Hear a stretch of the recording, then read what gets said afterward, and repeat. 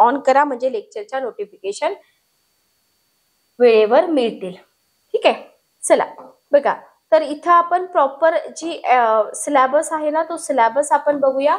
तर ही आहे महिला बाल विकास आयुक्तालया अंतर्गत अधीक्षक निरीक्षक प्रमाणित शाळा व संस्था रचना व कार्यपद्धती अधिकारी ऑब्लिक अधिव्यक्ता ऑब्लिक महिला बाल विकास अधिकारी सांख्यिकी अधिकारी गट ब आणि एकात्मिक बाल विकास सेवा योजना आयुक्तालया अंतर्गत बाल विकास प्रकल्प अधिकारी ग्रामीण या पदांवर निवडीद्वारे नियुक्ती करता मर्यादित विभागीय स्पर्धा परीक्षा आहे ही लक्षात घ्या. परीक्षेची योजना तुम्ही इथं बघा. परीक्षेचे टप्पे आहेत. लेखी परीक्षा आहे तुमची 400 गुणांची, लक्षात घ्या. इथं 400 गुणांची परीक्षा आहे. इंटरव्ह्यू तुम्हाला या परीक्षेला असेल, 50 मार्काचा इंटरव्ह्यू आहे. परीक्षेचे टप्पे जर इथं तुम्ही बघितले तर याच्यामध्ये तुम्हाला लेखी परीक्षा आहे 400 गुणांची. ठीक आहे, याच्यामध्ये बघा पेपर क्रमांक तुमचा जो 1 असेल, इथं तुम्हाला मराठी विषय आहे, इंग्रजी आहे, ओके, जीके आहे, शासनाशी संबंधित निवडक कायदे आणि संस्था आहेत, ओके. मराठीसाठी दर्जा आहे 12वी, इंग्रजीसाठी दर्जा आहे पदवी, सामान्य ज्ञानासाठी दर्जा आहे पदवी, शासनाशी संबंधित निवडक कायदे संस्था.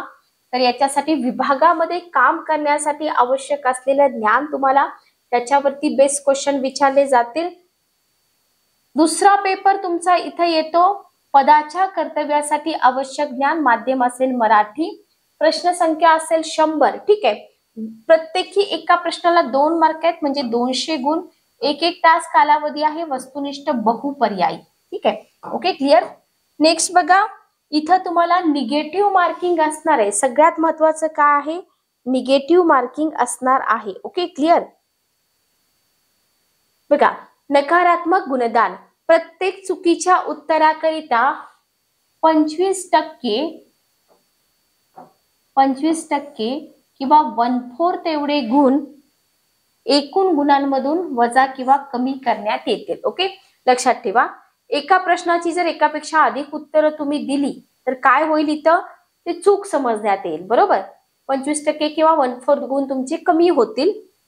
बाकी तुम्हाला उत्तर अनुत्तरित असेल तर नकारात्मक गुणांची पद्धत लागू असणार नाही, लक्षात घ्या. आणि जी तुमची अंतिम निवड होईल ती लेखी परीक्षा आणि मुलाखत दोन्ही एकत्रित असेल. ठीक आहे, आता हे झालं तुमची परीक्षा पद्धती. आता इथं तुम्हाला पेपर क्रमांक 1 तुम्हाला कसं कव्हर करायचंय बघा. मराठीसाठी आपल्या पब्लिकेशनची लीला गोविलकर मॅडमचं पुस्तक आहे, डॉक्टर अनिरुद्ध सरांचं पुस्तक आहे. तर मराठीसाठी भरपूर पुस्तकं आपल्या पब्लिकेशनची आहेत जिथून तुमचा थेरीचा पार्ट पण कव्हर होईल आणि एमसीक्यू पण कव्हर होतील. ठीक आहे, सेम इंग्रजी व्याकरणाची पण केसागर पब्लिकेशनची पुस्तकं आहेत, ती तुम्ही वापरू शकता. सामान्य ज्ञानामध्ये महाराष्ट्राचा भूगोल, महाराष्ट्राचा इतिहास याच्यासाठी थेरॉटिकल पुस्तकं, महाराष्ट्राचा भूगोल तुम्ही खतीब सरांचं पुस्तक वापरू शकता. इथं महाराष्ट्राचा भूगोल खतीब सरांचं पुस्तक तुम्ही वापरू शकता, प्राध्यापक के खतीब. महाराष्ट्राच्या इतिहासासाठी व्ही.बी. पाटील सरांचं पुस्तक वापरू शकता तुम्ही. किंवा बेस्ट ऑप्शन आहे तुम्ही गट ब चा ठोकळा जरी वापरला ना, गट ब चा ठोकळा, तर त्या गट ब च्या ठोकळ्यामधून तुमचे खूप सारे क्वेश्चन इथं कव्हर होतात, लक्षात ठेवा. ओके, आता हे झालं तुमचे 2 सब्जेक्ट. ठीक आहे, एकच मिनिट थांबा.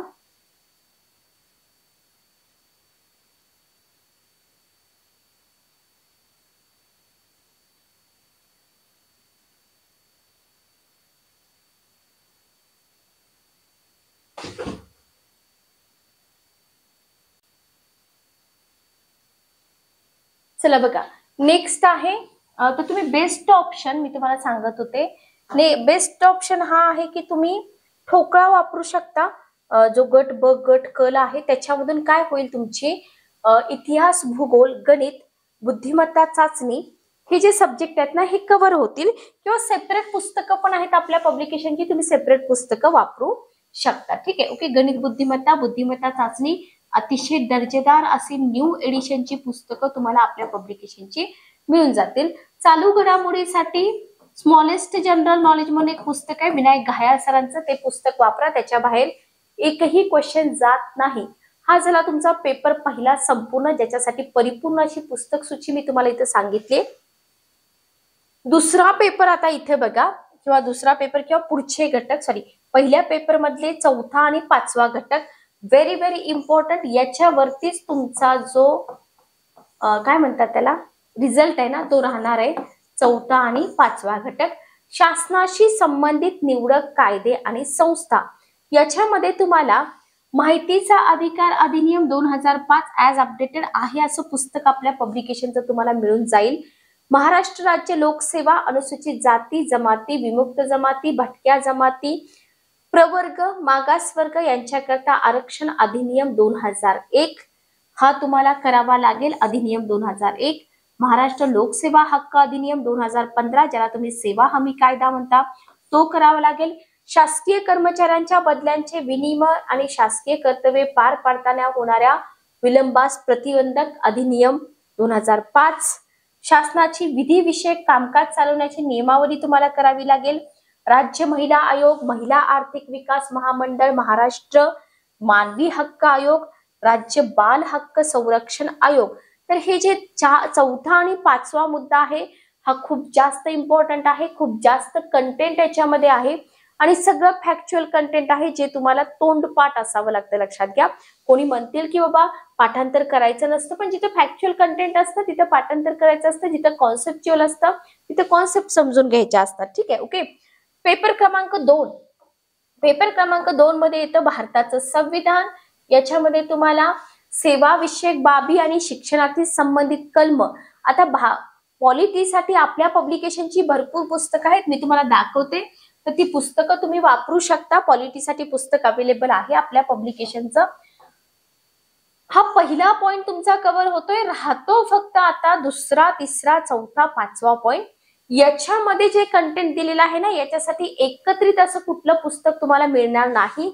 याच्यामध्ये तुम्हाला महाराष्ट्र नागरी सेवा नियम 1981, महाराष्ट्र नागरी सेवा नियम 79, महाराष्ट्र नागरी सेवा वर्तणूक नियम 79, महाराष्ट्र नागरी सेवा नियम 1981, महाराष्ट्र नागरी सेवा रजा नियम 1981, वेतन नियम आहे, निवृत्ती वेतन आहे, अंश राशीकरण आहे, मुंबई नागरी सेवा प्रवास भत्ता नियम आहे, विभागीय चौकशी नियम पुस्तिका आहे.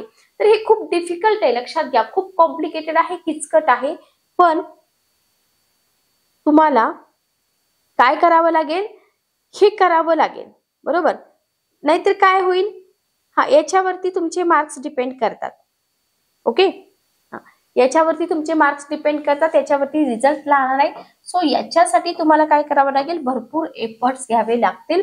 महिला बाल विकास विभागाअंतर्गत जे कायदे आणि योजना आहेत, भरपूर योजना आहेत, त्या देखील तुम्हाला कराव्या लागतील.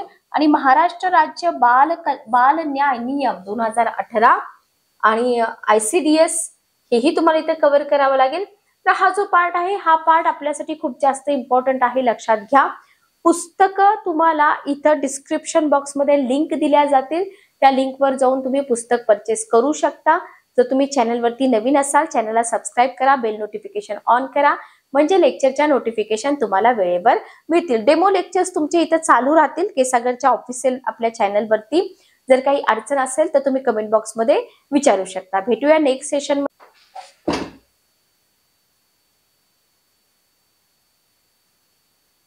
चला तर आपण आता हा सिलेबस जो डिस्कस केलेला आहे, तर डिपार्टमेंटल CDPO एक्झाम साठी आपल्या VSMPSC अकॅडमीच्या ऍप्लिकेशन वरती तुम्हाला रेकॉर्डेड बॅच मिळत आहे. लक्षात घ्या. लाईव्ह नसेल.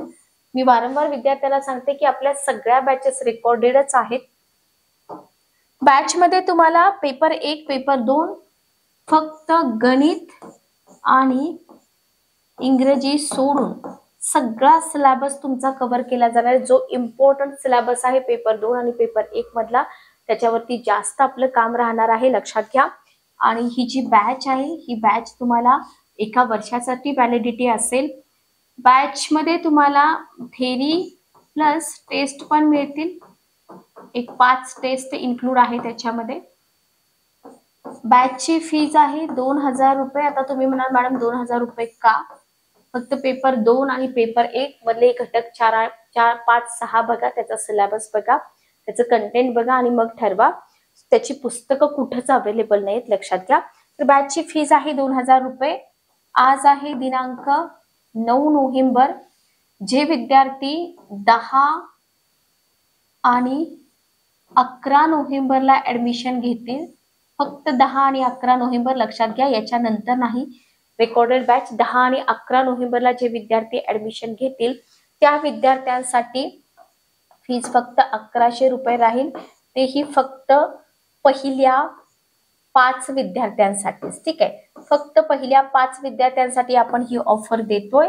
बाकी 11 तारखेनंतर तुमची फीज असेल 2000 रुपये. लक्षात घ्या, ऍट एनी कॉस्ट कुठल्याही कंडिशन वरती बॅचची फीज कमी मिळणार नाही. कुठेही तुम्ही जावा, सीडीपीओचा सिलेबस इतका डिफिकल्ट आहे आणि त्याच्या टेस्ट सिरीज कंडक्ट करणं त्याच्यापेक्षा जास्त डिफिकल्ट आहे. सो लवकरात लवकर बॅच जॉईन करा.